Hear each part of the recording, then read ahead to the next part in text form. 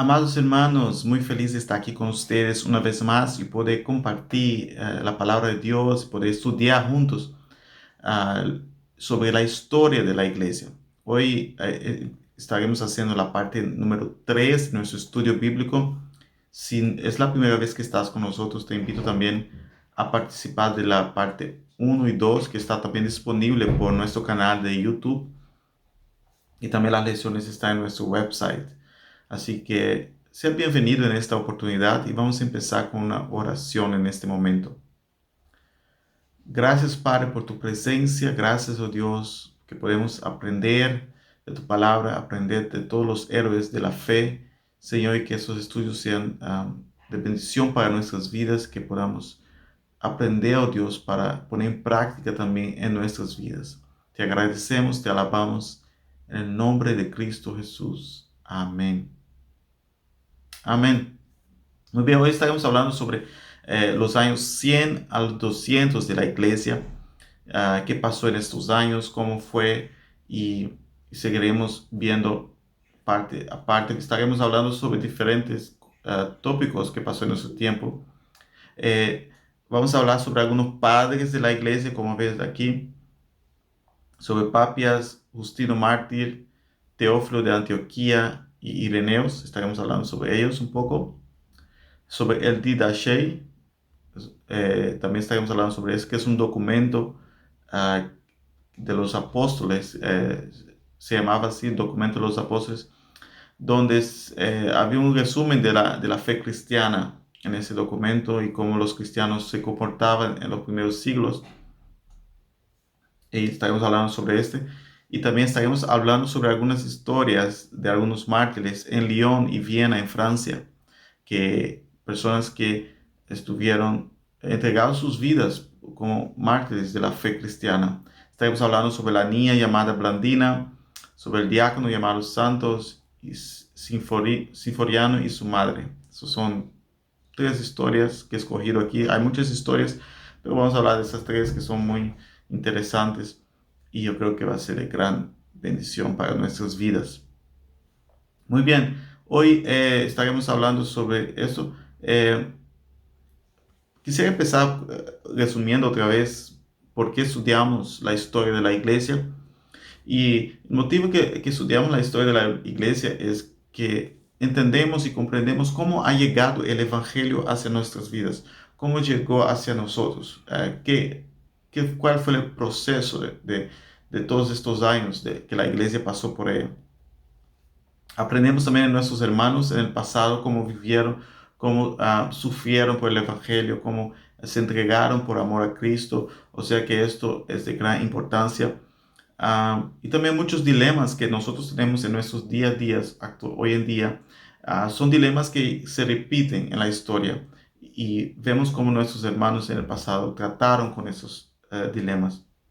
Vemos también Dios trabajando en toda la historia de la iglesia, en toda la historia de la novia de Cristo. Y eso es tan bonito y tan bello ver cómo Dios ha trabajado en todos esos tiempos.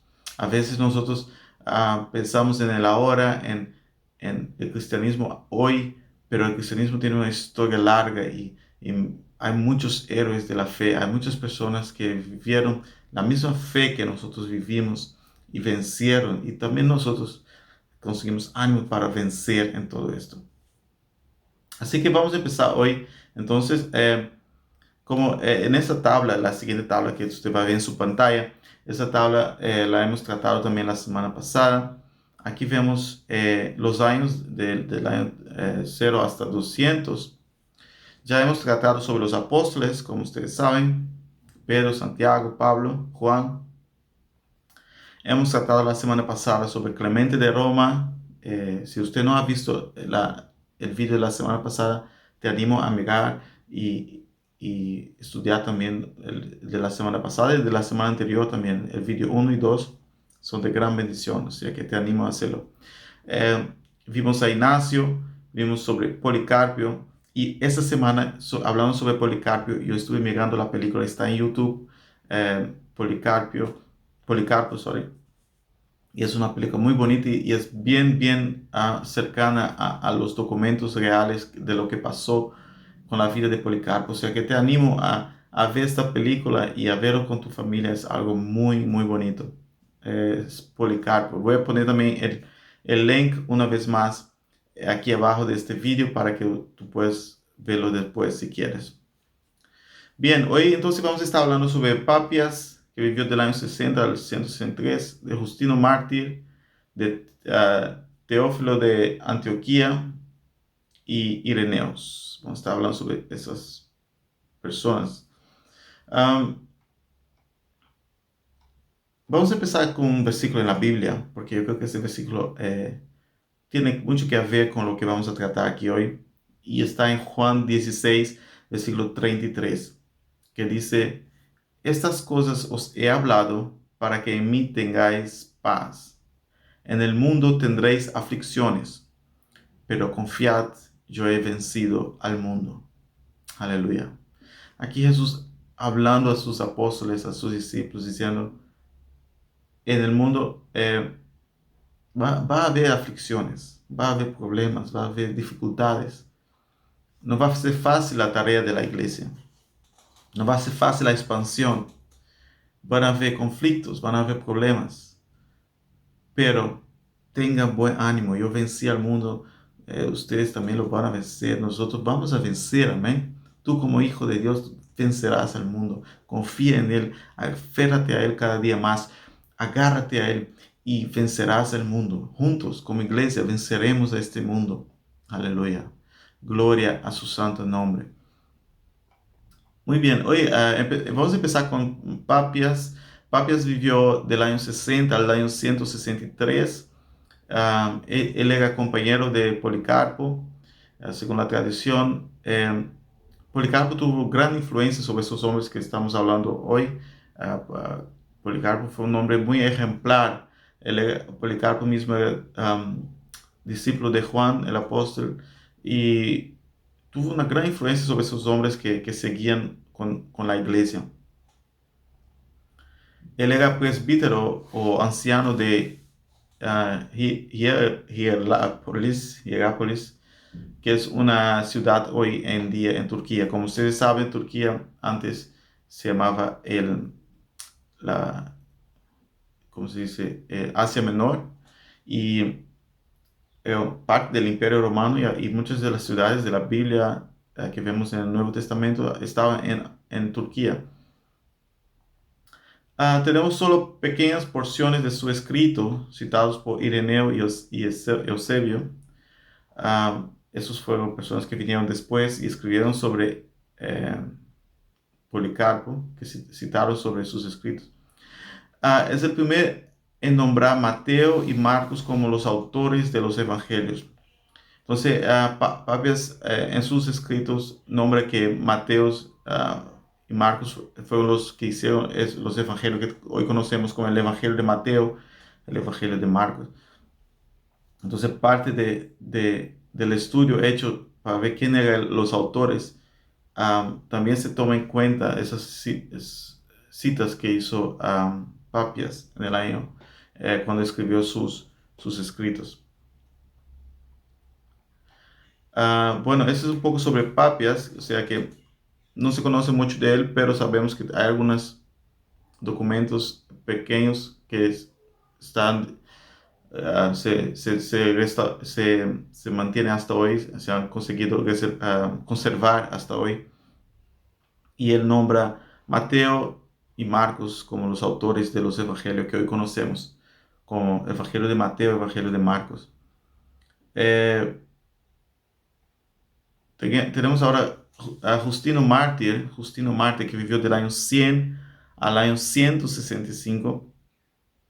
Nació en Samaria, estudió filosofía y buscaba la verdad. Justino Mártir tiene una historia muy bonita. Él estudió filosofía, él buscaba la verdad, caminaba por las calles, se vestía su ropa de filósofo. Los filósofos tenían una ropa especial en aquel tiempo y hablaba en la calle, la gente escuchaba sus filosofías y él buscaba la verdad. Y un día él estaba eh, caminando y encontró un anciano y el anciano le empezó a hablar y le habló sobre Cristo y habló sobre la verdad del cristianismo. Y Justino Mártir sintió en ese momento que ahí había encontrado lo que tanto anhelaba, tanto buscó en la filosofía, tanto buscó por toda parte, pero por fin encontró. Y eso también muestra a nosotros la importancia de evangelizar, la importancia de proclamar el Evangelio de Cristo. No sabemos quién va a ser tocado, cuándo, en cuál momento. Justino Mártir estaba ahí ya listo para recibir el Evangelio. Y este anciano habló de Cristo y no conocemos quién era, pero el impacto de sus palabras a este hombre hizo que este hombre se convirtiera a Cristo y hasta hoy tenemos su historia, tenemos todo lo que él hizo para la expansión del cristianismo. Entonces, sigamos, hermanos, evangelizando, sigamos hablando de Cristo. La palabra de Dios transforma a cualquier persona. Si la persona quiere, si la persona está buscando la verdad, la palabra de Dios lo transforma y trae salvación a todo el que cree. Muy bien, entonces Justino Mártir escribió dos obras apologéticas. Aquí vemos ya el resultado de esta evangelización de este anciano que Justino Mártir ahora, después de creyente, después de conocer la verdad, ya escribe dos obras apologéticas. O sea, apologética significa que defendiendo la fe cristiana. La primera está dedicada al emperador Antonio Pío y al Senado de Roma. Él no tuvo problema en mandar carta hasta el emperador y hizo una carta apologética hablando sobre el cristianismo, cómo era. Él refuta los cargos hechos contra los cristianos. Él prueba la verdad de la religión cristiana, principalmente por medio de las profecías. Él va en el Antiguo Testamento, dice, mira, todo eso que estaba dicho se cumplió en Cristo Jesús. Um, y él explica cómo era el culto cristiano, porque para los romanos estaba levantando esta religión que movía gente, que la gente se estaba convirtiendo, pero ellos no sabían muy bien cómo era, qué era, cómo funcionaba. Entonces él trata de explicar a ellos. Entonces ese documento está disponible y es un documento muy bonito que la iglesia tiene en su posición, disponible. Um, También tenemos el diálogo con Tripo, que era un judío liberal. Él manda cartas a este hombre hablando sobre las objeciones que él tenía contra el cristianismo, que el Tripo tenía contra el cristianismo, y Justino Mártir manda carta respondiendo las preguntas, respondiendo las objeciones que tenía Tripo. Entonces Justino Mártir, un hombre de bendición para la iglesia de Cristo Jesús. Aquí él pone en sus cartas, aquí una parte muy interesante que voy a leer con ustedes. Presten bien atención lo que él dice aquí. Nosotros que antes seguíamos artes mágicas, nos dedicábamos al bien nos dedicamos ahora al bien y al único Dios, que teníamos como la mejor cosa la adquisición de riquezas y posesiones. Ahora tenemos todas las cosas en común y comunicamos mutuamente en las necesidades.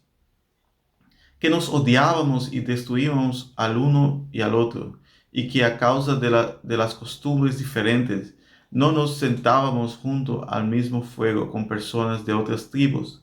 Ahora, desde que vino Cristo, vivimos familiarmente con ellos y oramos por nuestros enemigos.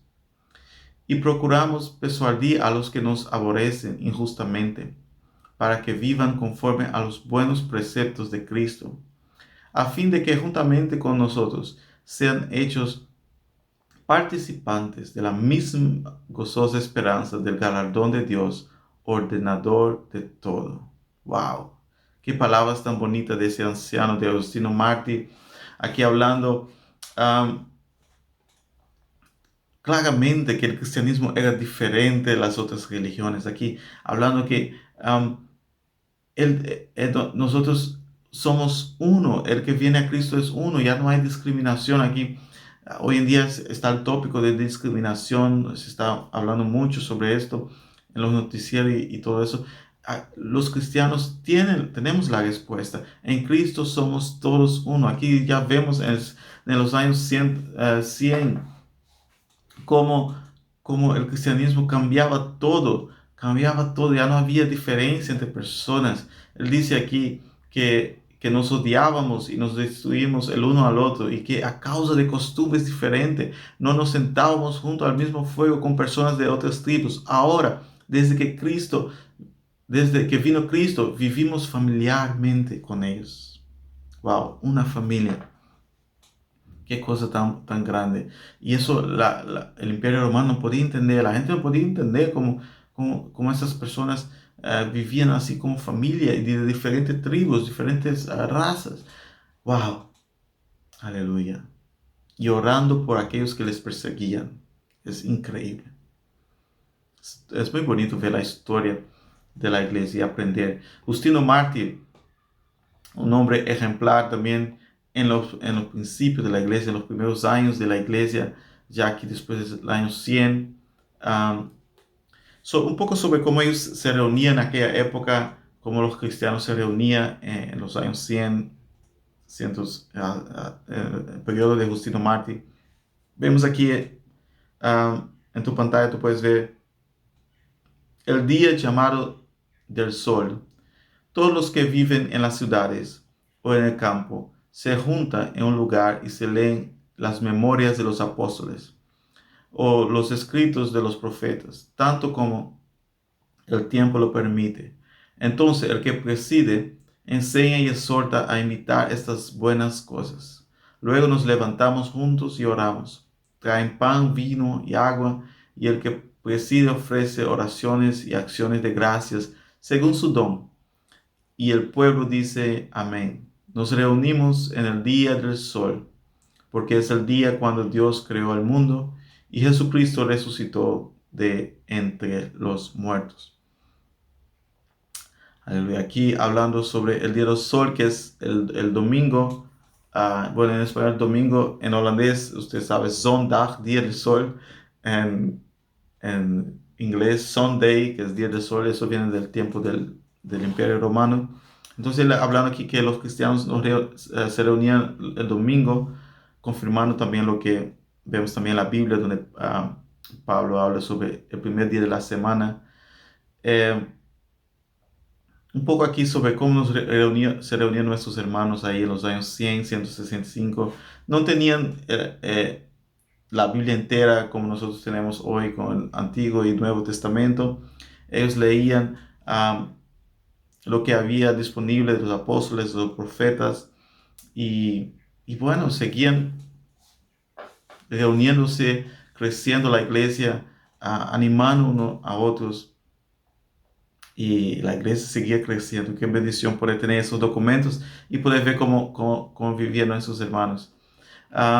Justino Mártir fue finalmente decapitado junto a otros 6 hermanos por el Imperio Romano en el tiempo del emperador Marco Aurelio. Entonces él fue decapitado. Parece que una persona lo delató que era cristiano y fue entregado a las autoridades juntamente con 6 otros. Y fue decapitado nuestro hermano Justino Mártir. Aquí vemos entonces un poco sobre su historia.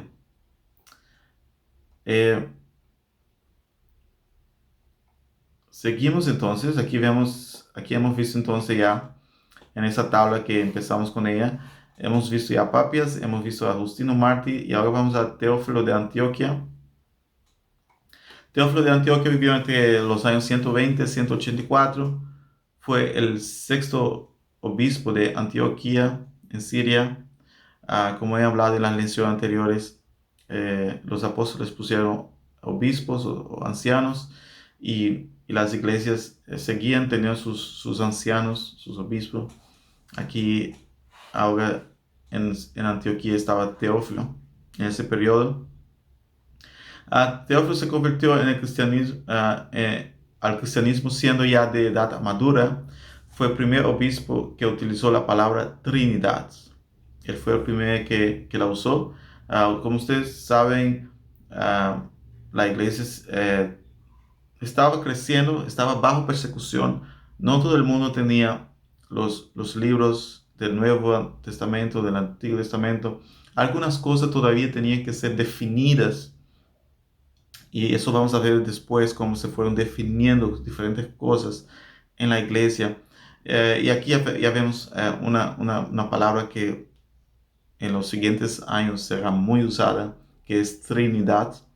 Esa fue usada entonces por Teófilo, que usó esa palabra en una de sus obras. De sus obras se ha conservado solamente los 3 libros que componen a la obra a Autólico, su amigo pagano. Él, a él responde a sus objeciones sobre el cristianismo. Afirma claramente la inspiración de los libros del Nuevo Testamento. Llama a los evangelios lo mismo que los profetas, santa divina palabra. Entonces, aquí vemos como Teófilo veía los escritos de los apóstoles como palabra de Dios. Muy bien. Entonces, como iglesia, es una bendición tener esto en nuestras posesiones.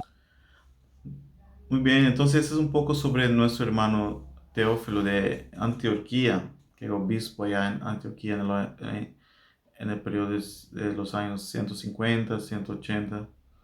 Vamos a ver también un poco sobre Ireneo. Ireneo nació en Esmirna, que es Turquía. Tuvo el privilegio de ser discípulo de Policarpo. Aquí vemos que seguía la influencia de Policarpo en la vida de ellos. Policarpo, que fue discípulo de Juan. Entonces, Ireneo fue obispo de la ciudad de Lyon desde el año 189, Lyon, Francia. En el año 180 escribió su famoso libro titulado Contra herejías.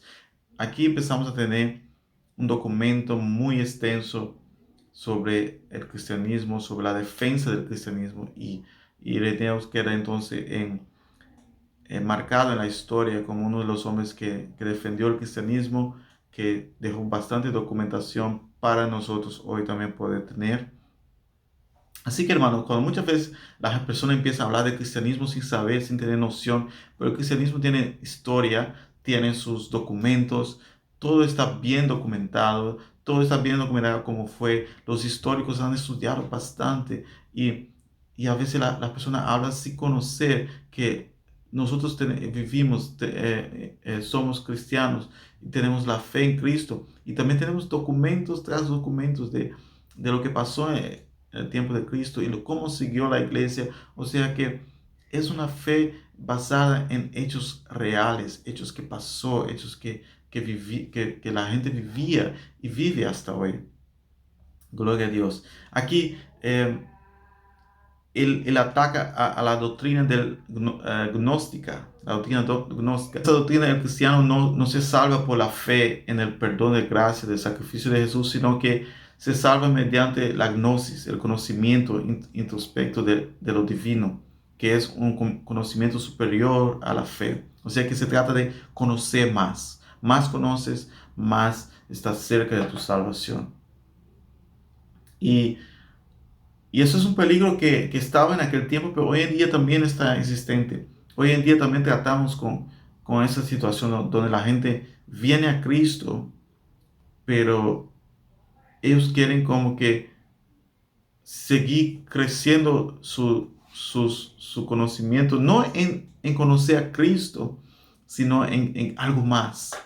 Algo más, yo quiero algo más, siendo que Cristo es todo.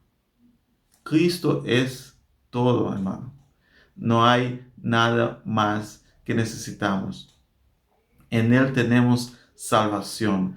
Para nuestra salvación no necesitamos nada más, no necesitamos un conocimiento extra. Y la gente con el egoísmo y el orgullo quieren tener más información, porque si yo tengo más información, si yo sé más, yo estoy más cerca de Dios, y entonces yo estoy en un rango más alto. No, no es cuánto sepamos. es cuánto Él hizo por nosotros en la cruz que nos salva. Cuando aceptamos el sacrificio de Cristo y nos entregamos a Él, sabiendo lo que Él hizo por nosotros en la cruz, somos salvos. Claro que seguimos creciendo y conociendo más sobre Él, más sobre su palabra. Este estudio también es conocimiento, es saber más del cristianismo, pero no tiene que ver con que si soy salvo o no, tiene que ver con desarrollar en el reino de Dios. Pero la salvación ya la tenemos, no es lo que yo sepa, porque cualquier persona que lo mínimo que sepa, que no sepa leer, por ejemplo, o que no haya estudiado mucho, si entiende el básico del Evangelio, es salvo. Y es muy simple. Dios lo hizo simple para que todos pudieran entrar. Aleluya. Gloria a Dios.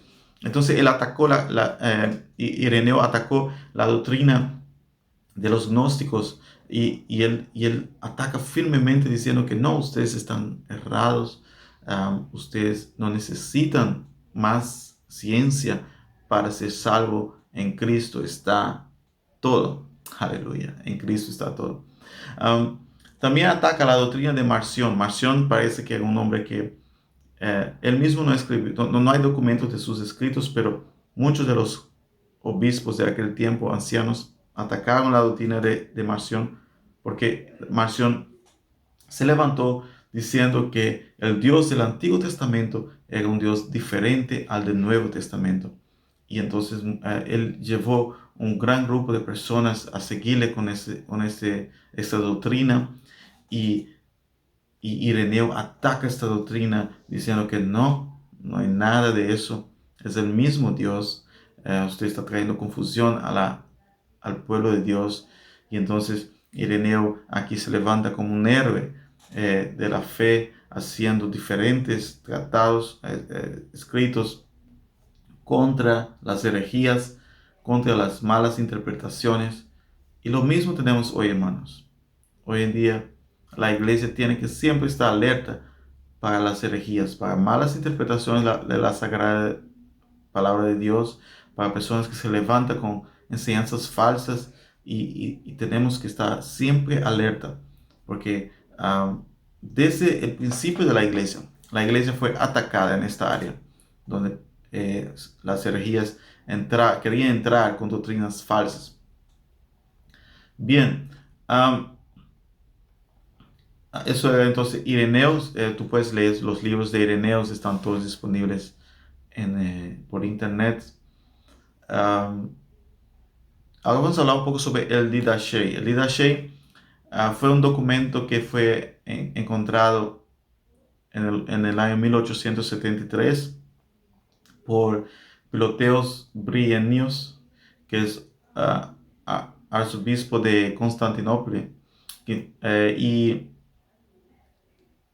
veo la gente no tenía mucha importancia con ese documento porque pensaban que era un documento que vino mucho más tarde, pero luego al estudiar bien el documento, los estudiosos estudiaron bien y vieron que ese documento podría tener fecha hasta el año 50, o sea, aún en tiempo de los apóstoles. Ese documento también tiene nombre también como enseñanza de los 12 apóstoles. O sea, no es que es 100% seguro que fue escrito o fue dicho por los apóstoles, pero es un documento que muestra algunas enseñanzas que los cristianos tenían en aquel tiempo, que es como un tipo de resumen de todo, las enseñanzas con algunas cosas prácticas. Y bueno, está también disponible a, a la iglesia y es un documento interesante. Alguna parte que pone aquí en el Didache, él muestra la vida de los primeros cristianos. Ese documento, de hecho, esta foto aquí es supuestamente de Filoteos Brienios, que era el arzobispo de Constantinopla. Bueno, tal vez se pregunta, ¿quién es ese arzobispo de Constantinopla? Tú tienes que seguir mirando estas lecciones y tú vas a descubrir todo esto, como las iglesias en Siria, la iglesia en Egipto, todo eso vendrá en las siguientes lecciones. O sea que te animo a seguir participando de esas lecciones y vas a tener un conocimiento así interesante sobre la historia de la iglesia, que también en gran parte es la historia del mundo, del este del mundo. Entonces, aquí vemos el Didache, tiene normas morales escritas, litúrgicas, o sea, cómo funciona la iglesia, cómo funcionaban los cultos, y disciplinares, como la oración, la vida de los cristianos.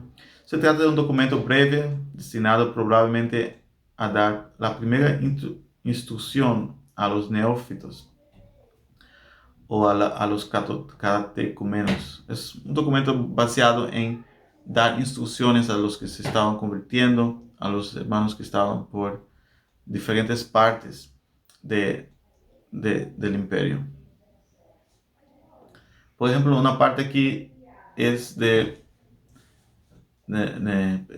1, capítulo 1, versículo 1 dice: hay dos caminos, el de la vida y el de la muerte, y grande es la diferencia que hay entre estos dos caminos. Aquí vemos sobre el Didache. Ahora vamos a ver la historia de algunos mártires, personas que entregaron sus vidas por el Evangelio. Vamos a ver mártires de Lyon y Viena, en Francia. Carta que cuenta la persecución de Lyon y Viena en Francia, escrita por Ireneo. Ireneo, como hemos hablado ya de él, un hombre que escribió bastante. Él habla también sobre esas persecuciones en Francia, en Lyon y Viena, del año 177. Vamos a empezar ahora con la niña llamada Blandina. La niña llamada Blandina. Esa es la historia de una niña y vamos a leer esa historia. Ella era una esclava, ocupa un lugar prominente en las historias de los mártires de Francia, y vamos a leer cómo fue eso. Aquí pone Ireneo. Entonces hicieron sufrir a los mártires tormentos tan atroces que no hay palabras para negarlos.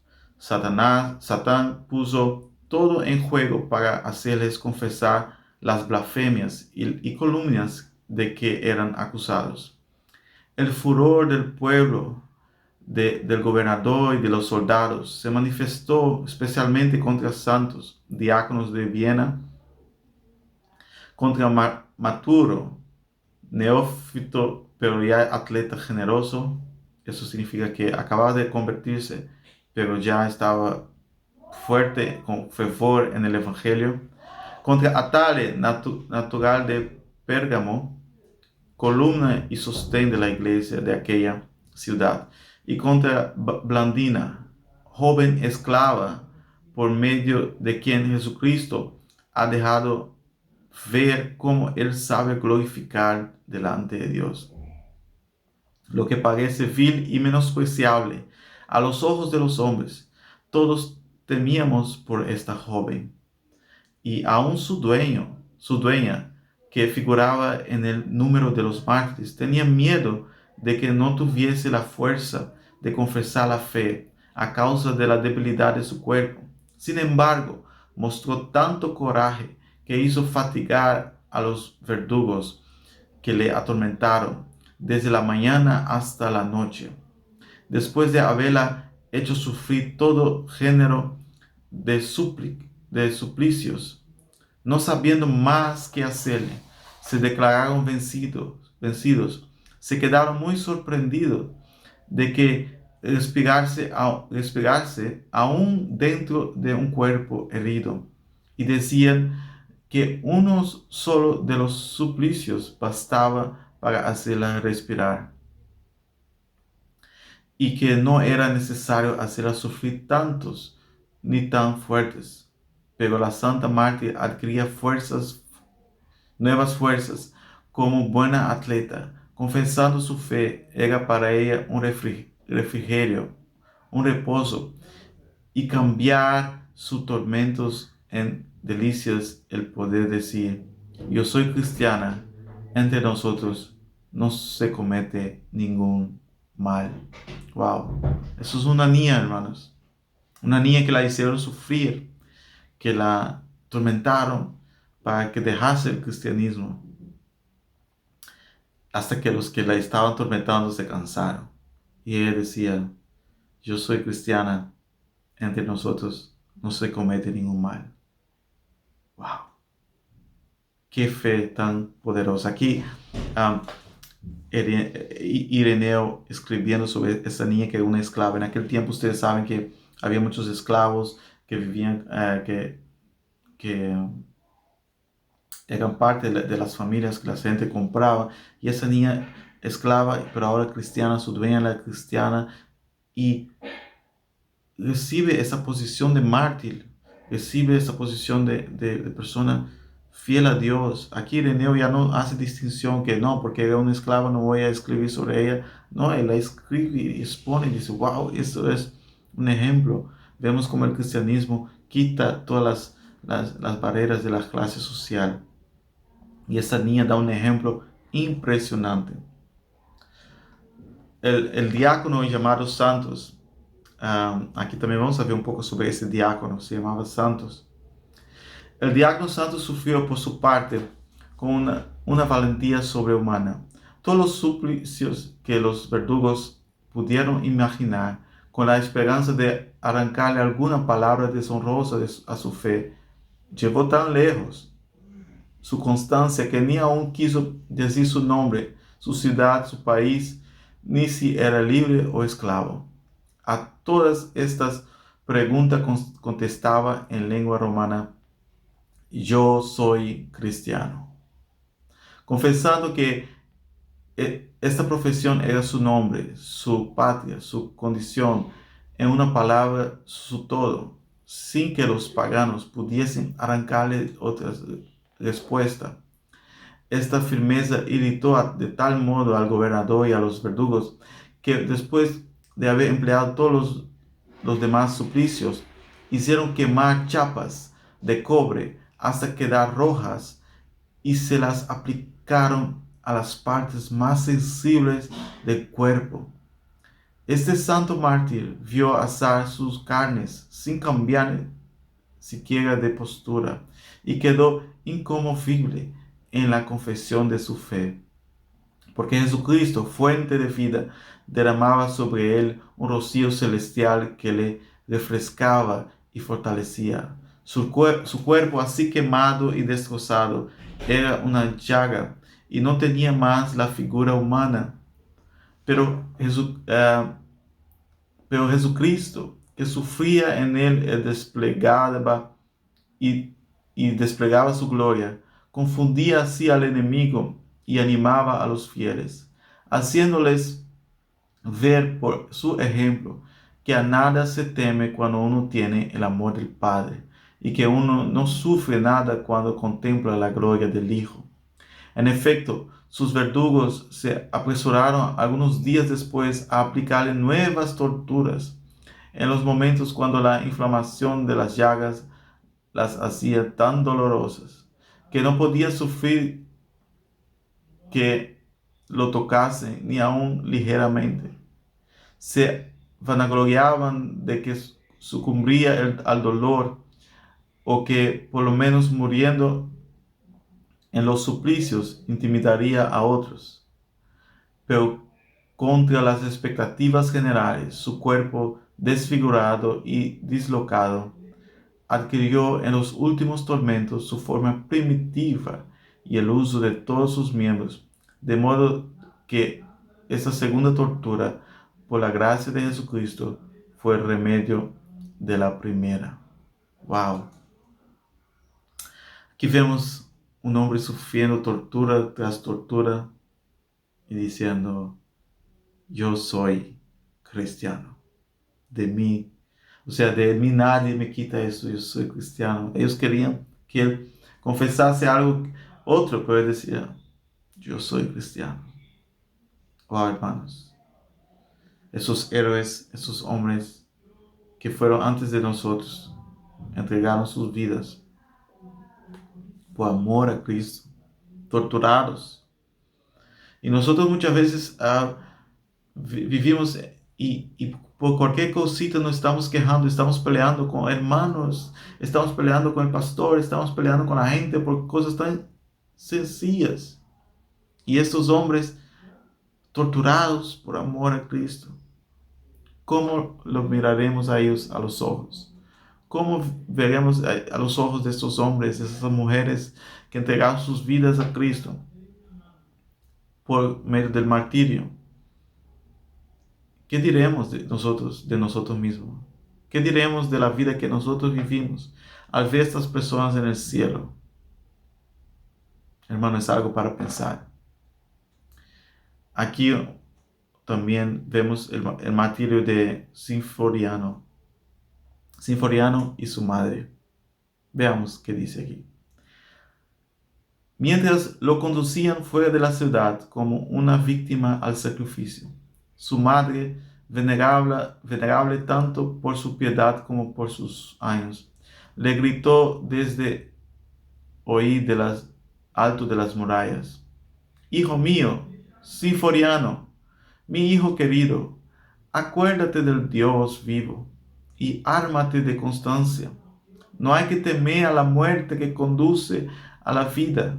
Levanta tu corazón, mira al que reina en los cielos. Hoy no te quitan la vida, te la cambian por una mejor. Hoy, en cambio de una vida perecedera, tú tendrás una vida perdurable. Wow. Hermanos, aquí es la madre de este muchacho que está yendo a ser muerto por los romanos, por ser cristiano.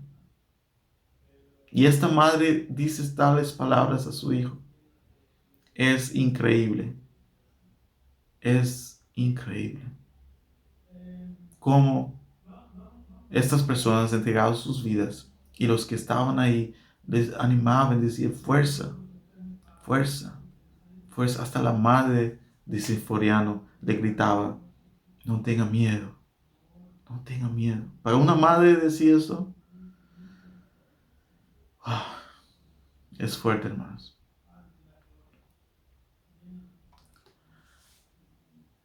La pregunta hoy es: ¿alguna otra religión tiene mártires como estos? Hombres y mujeres que entregan sus vidas y mientras son muertos, mueren amando a sus enemigos. Hay muchos mártires por ahí de otras religiones, pero ellos mueren maldiciendo a sus enemigos o mueren matando a sus enemigos. Pero el cristiano moría por amor a Cristo y mientras moría, siendo muerto por sus enemigos, amaba a todos ellos y deseaban que todos fueran salvos. Hermanos, este es el cristianismo. Esta es la religión que somos parte de ella. Somos hijos de Dios. Somos comprados por Él. Y dejemos que esos ejemplos impacten nuestras vidas para no estar tristes o abatidos por cosas tan pequeñas, que podamos ver realmente el valor que hay en la fe que tenemos, la fe que llegó hasta nosotros por la sangre de Cristo Jesús, y aparte de eso, por sangres de muchos que llevaban ese mensaje de Cristo hacia adelante. Dios te bendiga, mi hermano. Dios te proteja y te guarde. Recuerden que el cielo es nuestro destino.